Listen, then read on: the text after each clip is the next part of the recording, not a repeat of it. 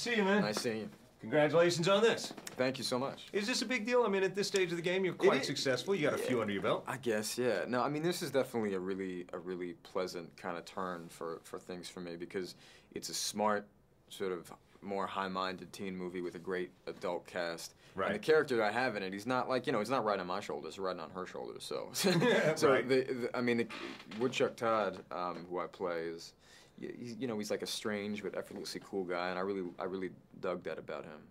I probably, more than some of the audience members that I saw it with, get his inner pain because I, too, was a costumed guy. Were you really? At times in my life. Oh, wow. Unfortunately, I had to do the singing telegrams, which even adds like another level of humiliation on top of it. Wow, that's, you know what, that takes balls. Even as an actor, to play this guy had to be painful. Well, I mean, that was kind of what I loved about it because it was absurd, I mean, right. when the first time you see him is in blue body paint. You can't really tell what I look like for the first half of the movie. Right. So I loved how kind of weird that was, and yet how throughout all that he maintains the ability to just sort of not really be concerned with what everyone thinks about him and just sort of play it straight and get the girl. Not to ruin it. Maybe I ruined it. Oh, great. Thanks.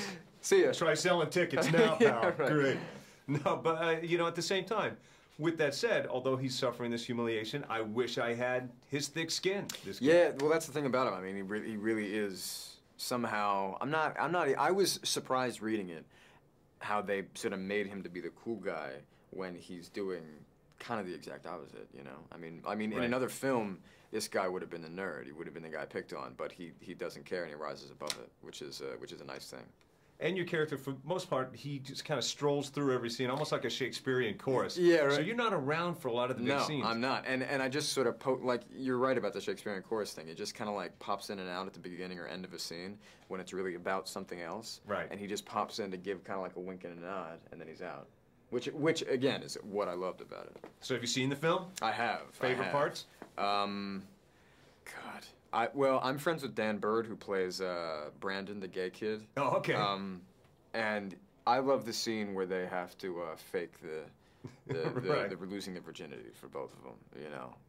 Where they're jumping on the bed and. I don't want to destroy the dialogue, but some of the dialogue during that makes it. Stanley Tucci, I know you're working with him, so yeah, I just worked with him again on a movie called Margin Call that's going to come out. Who knows when, in next year.